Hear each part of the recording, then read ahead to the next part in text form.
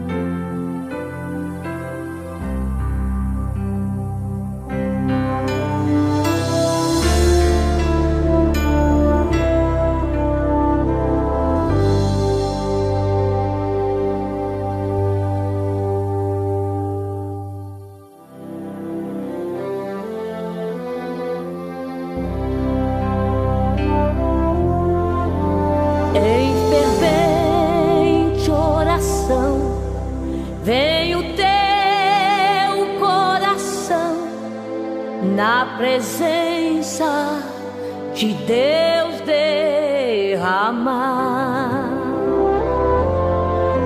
mas só podes fluir o que estás a pedir quando tudo deixares no altar.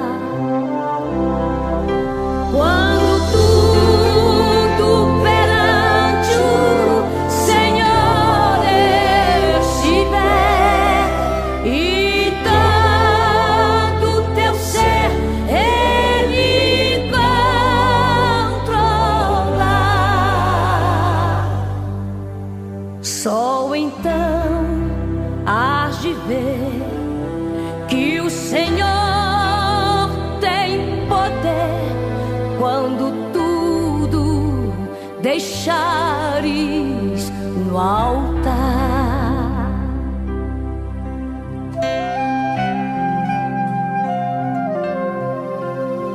Maravilhas de amor te fará atendendo a oração que aceitar. Bom dia, na paz do Senhor Jesus. Aqui estamos para a nossa escola bíblica. Louvado seja o nome do Senhor. Deus abençoe a todos que estão comigo nessa escola. Aqueles que ainda entrarão depois, sejam bem-vindos. Hoje nós estamos com uma reunião ali no Jardim Nazaré, da Regional. Nosso pastor José Pelimateste está reunido com o povo. Nós vamos iniciar a nossa escola com a oração. Amém, queridos? Sejam bem-vindos. Cumprimento todos com a paz do Senhor Jesus. Amém? Vamos orar. Pai Celeste, te agradecemos a noite de paz que nos concedestes.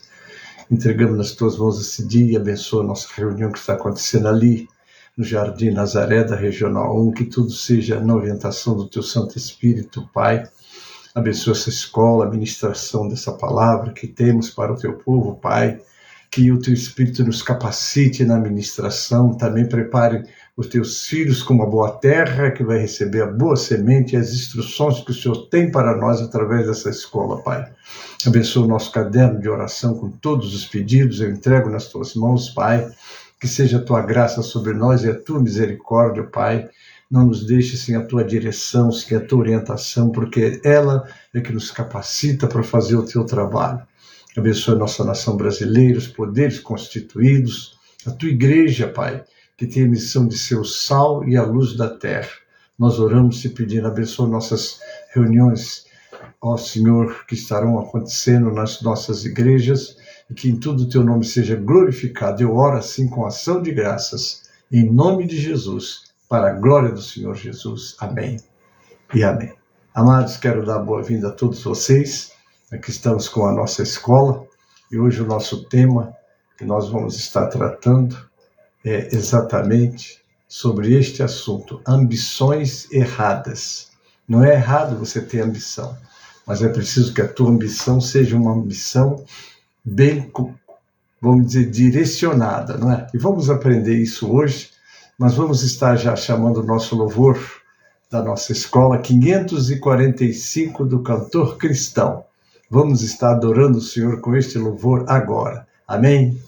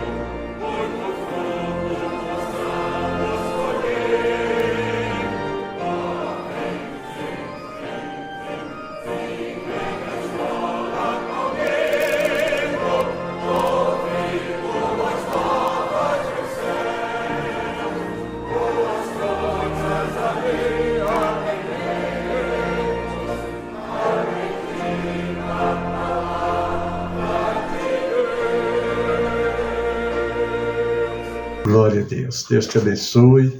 E vamos agora, já iniciando o nosso estudo, que Deus possa nos abençoar nessa meditação, não é? Porque é uma meditação muito importante para nós sabermos como nos conduzirmos, não é? Porque a cobiça, né, ela é um malefício que prejudica muito a vida espiritual do crente. Ele precisa de estar bem orientado para jamais deixar que esse mal lhe ocorra. Amém, queridos? Então, o nosso texto básico está aqui, Êxodo 20, 17, que diz assim: não cobiçarás a casa do teu próximo, não cobiçarás a mulher do teu próximo, nem seus servos ou servas, nem o seu boi ou jumento, nem coisa alguma que lhe pertença. A cobiça é uma coisa muito ruim. O texto de básico da nossa lição é esse. O texto devocional está no livro de Mateus, no Evangelho segundo escreveu Mateus, de Jesus Cristo, né?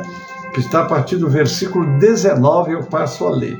Não ajunteis tesouro na terra, onde a traça e a ferrugem tudo consomem, onde os ladrões minam e roubam, mas ajuntai tesouros no céu, onde nem a traça nem a ferrugem consome, onde os ladrões não minam nem roubam, porque onde estiver o vosso tesouro, aí estará também o vosso coração. Então aqui todo o texto vai falar de onde que deve estar o nosso tesouro, amém? Vamos começar a nossa meditação, queridos, porque essa meditação acredito que te vai abençoar bastante nesta manhã e nesse dia. Vamos lá. Há muitas coisas que é lícito que deseje possuir, tais como um cônjuge, um carro, uma casa, mas jamais deve desejar tais coisas que pertençam a outra pessoa. Não devo cobiçar os bens de outras pessoas. Assim é também correto tentar melhorar, procurar progredir, mas não por remover a outrem de sua posição. Esta afirmação é digna de confiança. Se alguém deseja ser bispo, deseja uma nobre função. Não é, eu vou cobiçar, eu quero ser pastor. Amém? Você deseja, agora busque de Deus e se capacite para isso. Nós temos, por exemplo, o caso de Caleb, né? A cobiça por uma boa causa nos deixa, por exemplo, Caleb. Caleb chegou a dizer para Josué: me dê esse monte e eu devo expulsá-los, aqueles que estavam habitando, que o Senhor já tinha ordenado que saíssem. Estas são as palavras de Caleb aos 80 anos, registradas no livro de Josué, quando os israelitas invadiram a terra e prepararam para enfrentar seus inimigos. Está lá em Josué 14:2. Considerando os obstáculos à frente de Caleb e os perigos que esses representavam, seria difícil pensar nele como alguém que não fosse ambicioso, mas as ambições de Caleb eram boas e não ruins. Amém? Cobiçar tem sido definido como ansiar desregradamente algo que pertence a outrem, como cobiçar certa parte da propriedade do vizinho por causa da sua vista excelente. Nisso nós temos que ser muito cuidadosos, né? A cobiça é uma forma de ganância que é especialmente repreensível, em vista de que a pessoa cobiçosa não só quer as coisas para si mesma, mas também fixa seu coração em coisas que dê direito e pertencem a outrem. Muito cuidado nós precisamos ter. A cobiça tende a gerar dificuldades. Não foi sem boa razão que Jesus avisou: guardai-vos de toda sorte de cobiça. Está lá em Lucas, no capítulo 12:15.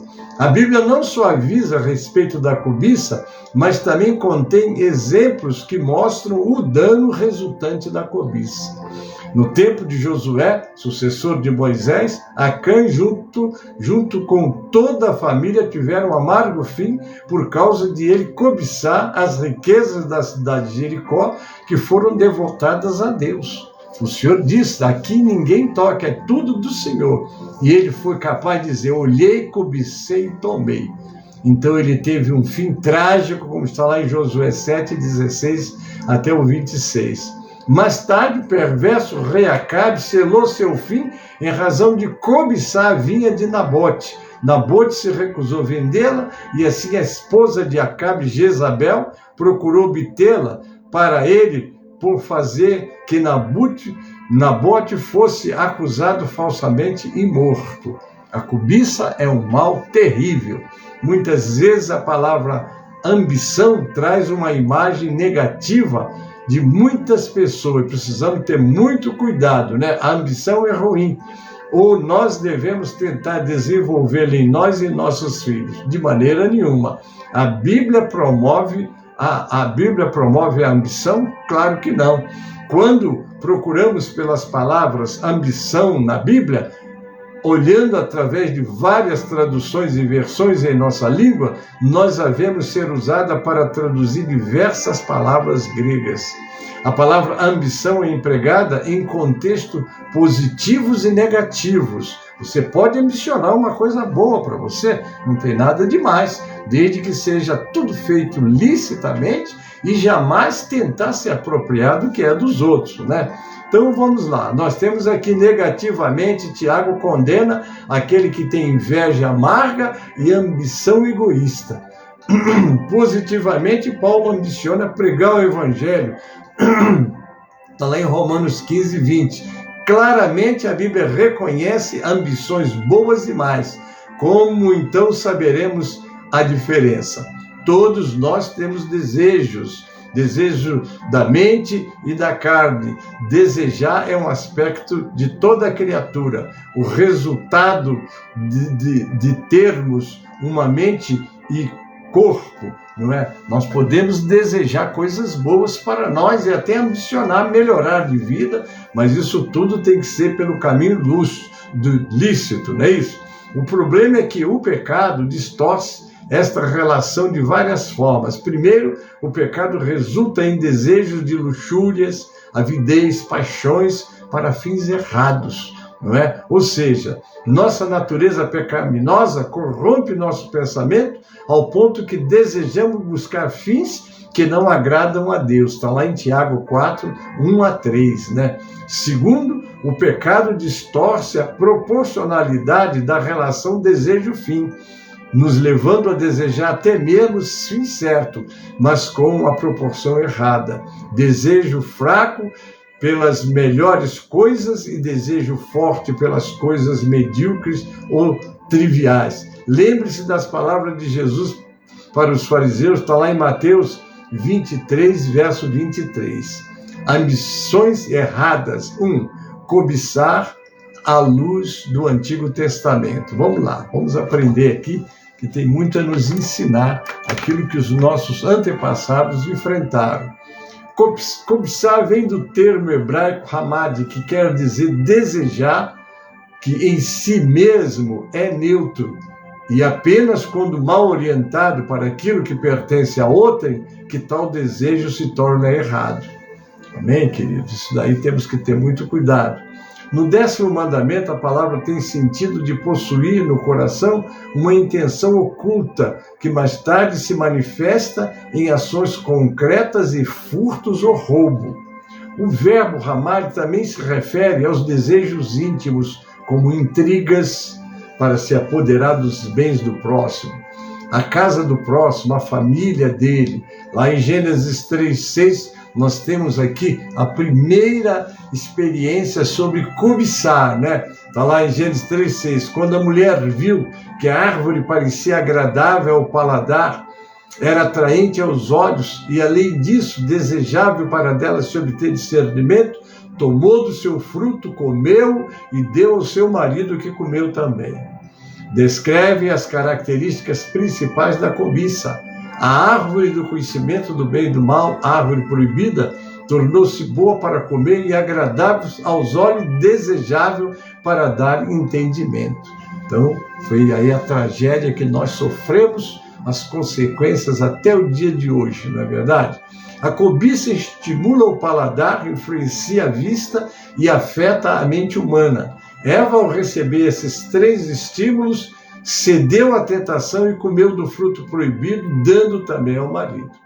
O primeiro pecado do homem foi também resultado da cobiça de Eva. Aliás, antes mesmo da queda do homem, a cobiça já tinha acontecido em regiões celestiais. Está lá em Isaías 14, 12 e 14, né? Nós lemos: como você caiu do céu, ó estrela da manhã, filho da alva.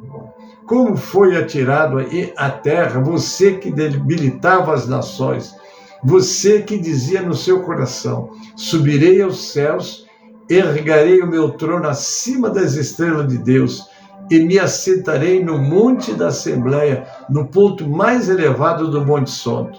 Subirei mais alto que as mais altas nuvens e serei como o Altíssimo. Foi quando Satanás foi expulso da presença de Deus e perdeu toda a glória que possuía na presença do Pai. Ali começou a cobiça, não é? E depois Eva também acabou cobiçando, instigada por Satanás, e também sofreu as consequências que nós até hoje passamos. Em Números 11:4, Deus envia codornizes. Um bando de estrangeiros que havia no meio deles encheu-se de gula, e até os próprios israelitas tornaram a queixar-se e dizer: se tivéssemos carne para comer.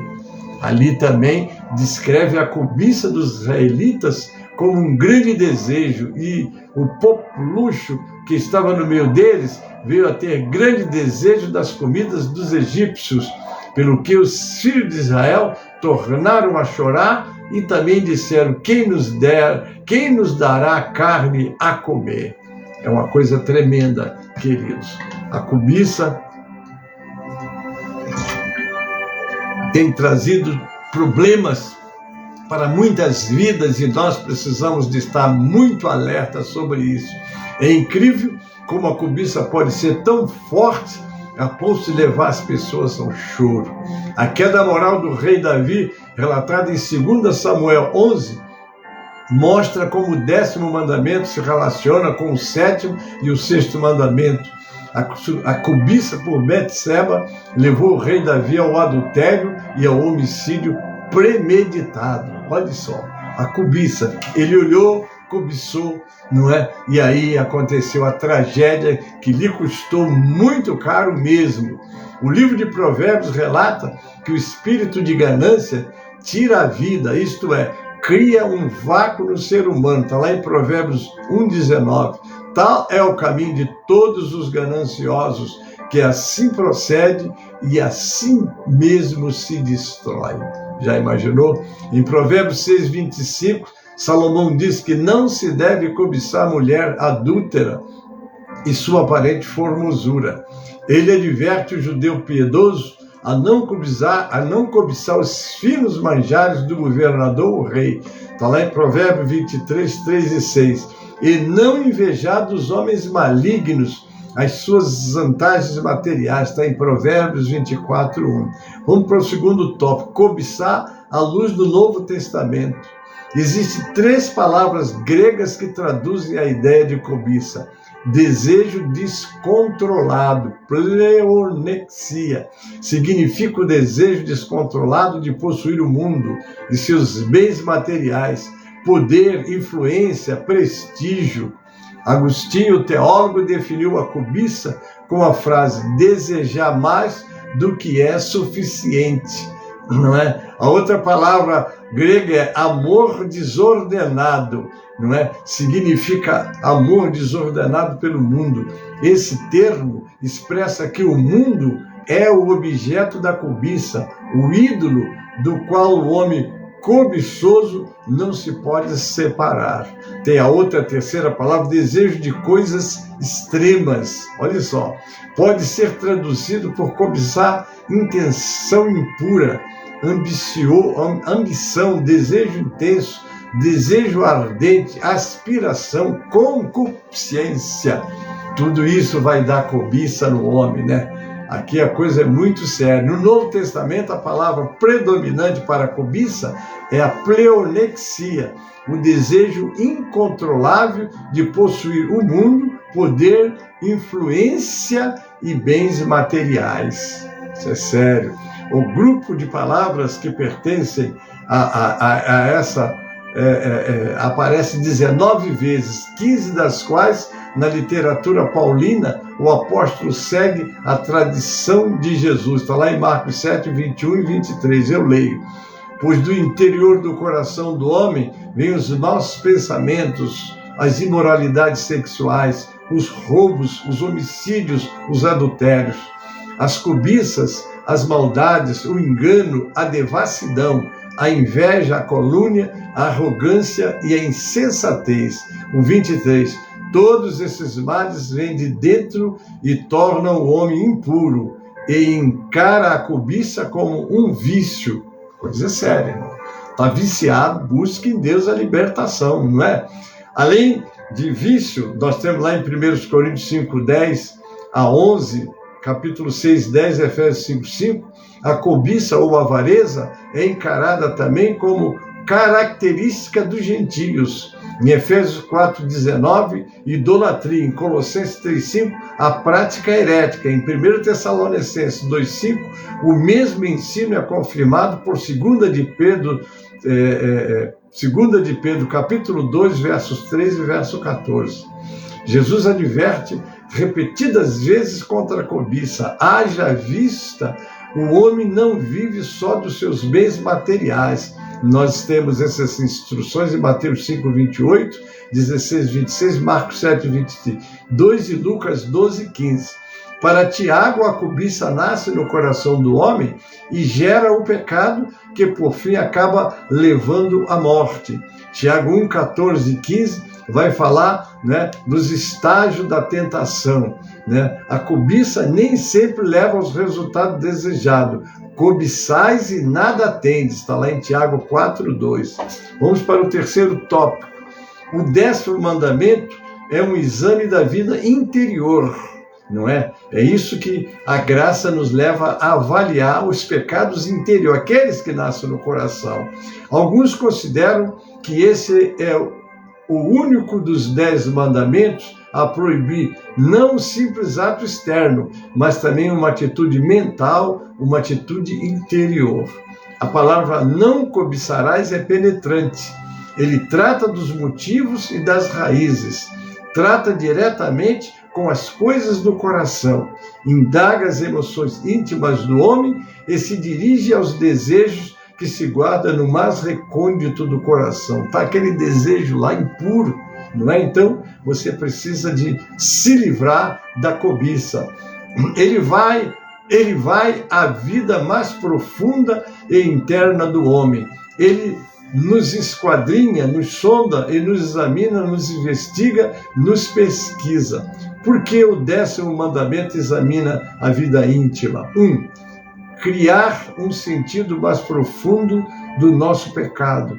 É verdade que cada um de nós tem certa medida, certo conceito de pecado, mas nosso conhecimento acerca dos nossos pecados pode ser exagerado e enganoso, não é isso? Pode não estar de acordo com a realidade. Devemos aprender a conhecer melhor a nós mesmos e a examinar-nos à luz da lei de Deus. Como é que você vai ter convicção e instrução de Deus? Lâmpada para os meus pés é a tua palavra e luz para o meu caminho. Aí está onde você vai conseguir, não é, permear, ver e se libertar daquilo que está te oprimindo. Vamos lá. Como é que você vai fazer? Despertar mais amor a Cristo. Quando perguntado acerca do principal mandamento, Jesus respondeu: amarás, pois, o Senhor teu Deus de todo o teu coração, de toda a tua alma, de todo o teu entendimento e de toda a tua força. Está lá em Marcos 12, 30. Aqueles que são verdadeiramente convertidos procuram cumprir esse mandamento, conduzir-nos a uma entrega maior. Devemos sentir profundamente nossa dependência da graça de Deus em toda a nossa vida e conduta. Jesus disse: ninguém pode servir a 2 senhores. Não é isso? Então vamos lá, o 4º tópico que nós estamos já lendo. Cobiça versus ambições santas. Você pode desejar coisas santas, não é? Vamos ver aqui. Vamos lá. Nem todos os desejos do coração são proibidos pelo 10º mandamento. Deus cria desejos dentro do nosso coração a fim de que busquemos algo que Ele mesmo quer nos dar. Os desejos são inerentes ao homem. Muitos negócios da vida social estão baseados nos desejos. Os bons desejos são aprovados por Deus.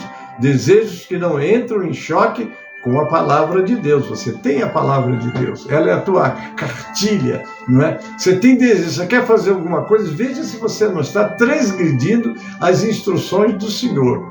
O desejo de crescer e prosperar representa muitas vezes bênção de Deus, não é? Há exemplos da Bíblia que confirmam isso. Abraão, está lá em Gênesis 13, Isaac, em Gênesis 26, 12, 13, José, está em Gênesis 41, 41 a 44, e Jó, né, 1, 3, não é? Que era um homem próspero, muito rico, muito abençoado pelo Senhor. Paulo queria crescer mais e mais, abrir mais e mais igrejas, ganhar mais e mais almas para Jesus. Então era um desejo que ele tinha. John Stott escreveu: a ambição pode igualmente referir-se a fortes desejos altruístas, em lugar de egoístas, piedosos ao invés de mundanos. Então isso pode criar em você este homem com esta visão, com este desejo, né? Resumindo, é possível ter ambições para Deus. A ambição refere-se aos alvos da nossa vida e ao incentivo que temos de atingi-los. Não é? Você pode desejar crescer na graça, no conhecimento, né? Fazer a obra de Deus, crescer a sua igreja, buscar o Senhor. Nós temos todas as dicas e as instruções de Deus na sua palavra. Nós podemos, através das instruções de Deus, fazer a obra de Deus e jamais se contentar com o que é fraco, não é isso? Você tem e deve buscar isso mesmo. Vamos para o quinto. Como evitar a cobiça? Agora é uma instrução para você encontrar como lutar e vencê-la. 1. Inclinar o coração ao testemunho de Deus. Se eu estou querendo agradar a Deus, se eu estou buscando a direção de Deus, com certeza a cobiça não vai ter lugar no meu coração. É uma maneira concreta de evitar a cobiça. Olha o que diz o Salmo 119, 36. Inclina o meu coração para os teus estatutos e não para a ganância. Você pode ter essa oração a Deus. A questão da cobiça é uma questão de inclinação do coração. Você vai inclinar o teu coração para as coisas de Deus ou para as coisas do mundo? Então, muito cuidado. Essa ideia é repetida várias vezes. Então, no Salmo 119, 16, no verso 24, no verso 35, no verso 47, né? E aí vai no 70, no 77, tais versículos comprovam que em si o prazer e o desejo não são errados. Tudo depende do objeto do prazer. Aonde você está, o que você está cobiçando? Né? Se você está cobiçando coisas para crescer, para melhorar, para abençoar vidas, não deixa de ser um desejo do teu coração. Vamos lá, buscar em primeiro lugar, o reino de Deus. A perspectiva humana nos leva a cobiçar as coisas mundanas. A perspectiva divina nos faz cobiçar as coisas do reino de Deus, como está lá em Colossenses 3, 1 e 4. Como está aqui, portanto, já que vocês ressuscitaram com Cristo, procuram as coisas que são do alto, onde Cristo está assentado à direita de Deus. Olha só, o segundo verso. Mantenham o pensamento nas coisas do alto e não nas coisas terrenas. 3. Pois vocês morreram e agora a sua vida está escondida com Cristo em Deus. Você está cobiçando as coisas do céu, as maravilhas de Deus, não é verdade? Essa cobiça é abençoada. Quando Cristo, que é a sua vida, for manifestado, então você também será manifestado com Ele em glória. O 5 para encerrar. Contentar-se, Hebreus 13, 5. Conservem-se livres do amor ao dinheiro e contente-se com o que vocês têm. Porque Deus mesmo disse, nunca te deixarei, nunca te abandonarei. Então Deus é o nosso provedor. Ele já deu o que você precisa. E se você precisar de mais, ou tiver planos para fazer mais para Deus, com certeza Ele vai te dar condições. Estar satisfeito com aquilo que Deus providenciou foi um princípio de vida do apóstolo Paulo. Olha o que ele diz: de ninguém cobicei prata, nem ouro, nem vestes. Vós mesmos sabeis que estas mãos me serviram para o que me era necessário, a mim e aos que estavam comigo. Tenho-vos mostrado em tudo que, trabalhando assim, é mister socorrer os necessitados e recordar as palavras do próprio Senhor Jesus. Mas bem-aventurada a coisa é dar do que receber, não é? Nós lemos lá em Atos 20, 33 a 35, Filipenses 4:11 tem um contexto, também 13, e 1 Timóteo 6:8. Temos aqui 3 princípios construtivos do 10º mandamento. Primeiro, trabalho honesto. Segundo, socorro ao necessitado. Terceiro, assistência liberal a quem precisa. É muito importante. Vamos para o 6º, que nós estamos numerando os assuntos que estamos tratando. Assumir conscientemente a condição de peregrino e forasteiro. Nós somos forasteiros, nós somos peregrinos, nossos olhos estão nos céus, nossa cidade está no céu, nossa eternidade está no céu. Daí a necessidade de nós não estarmos presos às coisas materiais. Quem vive preso, cobiçando as coisas materiais, se entregando à luxúria e às coisas da carne, é quem não tem uma visão do que Deus tem preparado para aqueles que o amam. Outro ponto, amar o próximo. O amor derramado por Deus em nosso coração nos dá a possibilidade de viver com o próximo sem cobiçar sua casa, sua mulher, servos e serva, boi, jumento, nem coisa alguma que pertence a ele. Porque quando você cobiça, você não está demonstrando amor ao teu próximo. Nós temos um exemplo, o samaritano mostrou interesse pelo próximo, compadeceu-se do maltratado, tratou-lhe os ferimentos, colocou-o sobre o seu próprio animal, levou para uma hospedaria, tratou dele, pagou a diária e assumiu a responsabilidade total pelas futuras despesas e outros prejuízos. Está lá em Lucas 10, 33 a 36. Então você vê que essa deve ser a nossa visão, o nosso trabalho, socorrer e ajudar. E o nosso tesouro, o que disse o Senhor, meu galardão está comigo para dar a cada um segundo as suas obras. Não é aqui, nós não estamos trabalhando para ter lucros aqui, não é? Quando você tem essa visão, você não fica preso a nada, porque você está trabalhando por aquele que nas mãos dele vai ter a recompensa pelo seu trabalho e pelo seu esforço. Nós lemos exercer atos de misericórdia. Está lá em Mateus 25, 35 e 36. O Senhor Jesus se refere a 6 obras de misericórdia. Olha só, dar de comer, dar de beber, hospedar, vestir, visitar enfermos, visitar presos. Isso é uma maravilha para que esqueçamos as próprias cobiças. Cobiçar é quem está preso às coisas materiais, é quem ainda não conheceu o Senhor de verdade, aquele que é todo-poderoso, que tem poder sobre as enfermidades, tem poder sobre a multiplicação, tem poder para te dar a vida eterna e curar as tuas enfermidades. Então, queridos, quem conhece o Senhor na sua grandeza e glória, jamais vai cobiçar nada de ninguém. Vamos concluir com uma pergunta: por que as pessoas cobiçam o que é dos outros? Nós temos uma palavra aqui de Alan Cole, ele escreve assim: em última análise, desejar é tentar obter a propriedade alheia é estar insatisfeito com o que recebeu de Deus e assim demonstrar falta de fé em seu amor. Obviamente que é isso mesmo, né? Além do mais, a inveja estimulada por tal atitude levará mais cedo ou mais tarde a que se prejudique de alguma maneira o próximo, o que não se coaduna com o dever essencial do amor.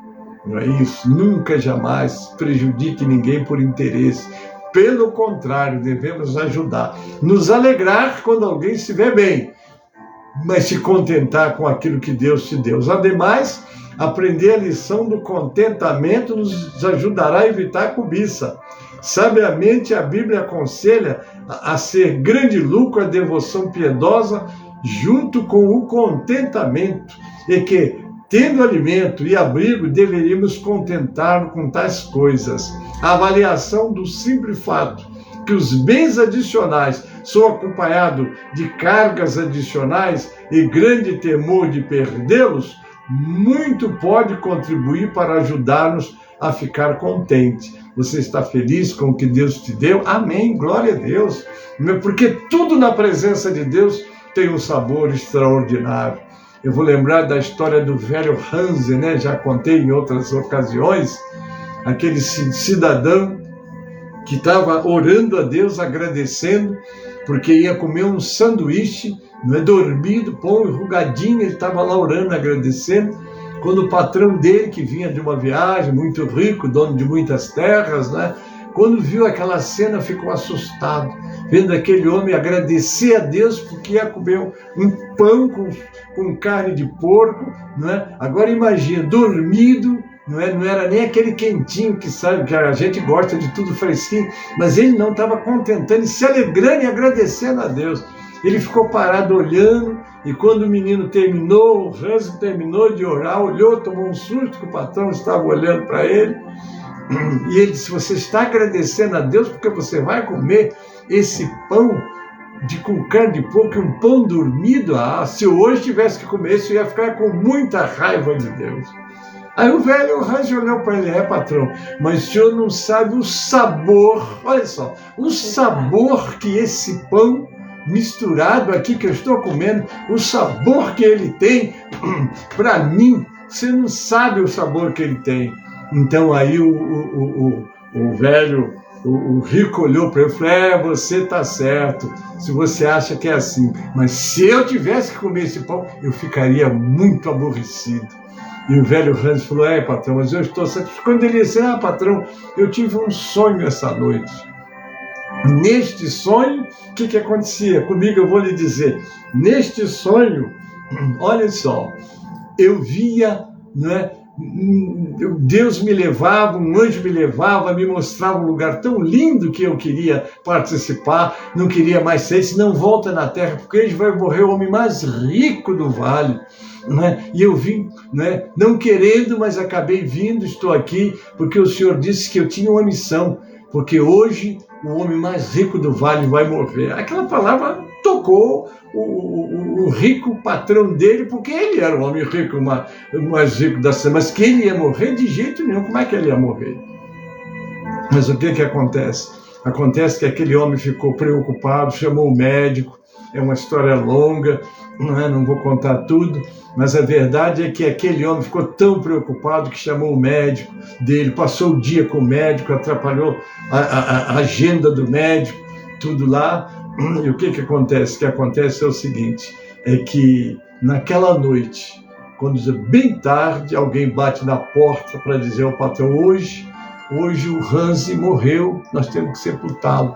Quem era o homem mais rico do vale? Era o patrão, o dono de tudo? O homem mais rico do vale era aquele pobre trabalhador que se satisfazia. E aí que está o chamado contentamento, não é? Escreveu Paulo sobre esse assunto, né? Escreveu que nunca cobiçarás os bens de outro, antes sacrificar-se em prol do próximo. Sem dúvida, uma razão de poder fazê-lo era que aprender a contentar-se com qualquer situação em que se achasse. Felizes são todos aqueles que procuram imitá-lo nisto, contentar com o que tem. Estou encerrando a nossa aula, Deus abençoe vocês, um ótimo domingo, um excelente culto presencial, que em tudo o nome do Senhor seja glorificado nas nossas vidas. Amém, queridos? Nós vamos orar agora para encerrar. Amém? Quero saber se alguém fez aniversário esta semana. Você fez aniversário?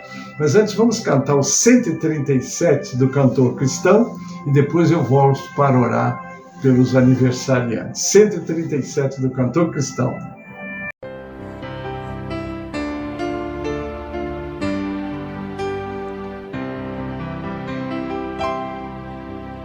Enquanto Salvador teu livro eu ler, meus olhos vêm abrir, pois quero ver da mera letra além a ti, Senhor.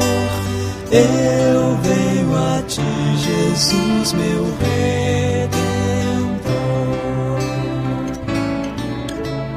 À beira-mar, Jesus, partiste o pão, satisfazendo ali a multidão. Davi do pão és tu, vem, pois assim satisfazer, Senhor, a mim.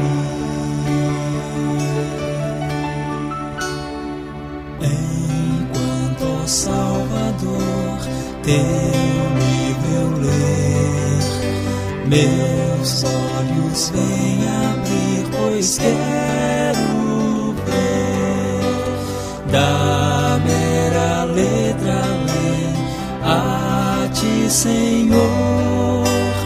Eu venho a ti, Jesus, meu Redentor.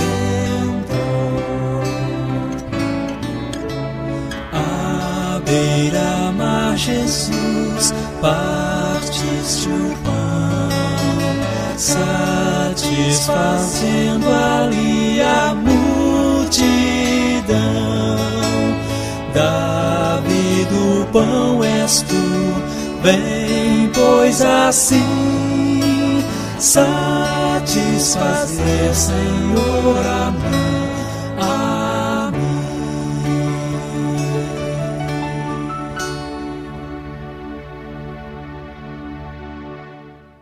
Amém. Vamos orar então agora. Você que fez aniversário, vamos dar o texto do aniversariante.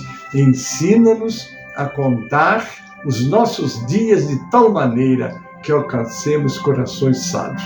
Então você é feliz, você fez aniversário, Deus te abençoe e multiplique essa data. Vamos orar? Pai Celeste, nós te agradecemos por essa aula, nós te agradecemos por esse momento em que passamos. Abençoe aqueles que fizeram aniversário, multiplica seus dias. Eu entrego nas tuas mãos estas vidas, Senhor, e todos que estão comigo e que se estarão depois.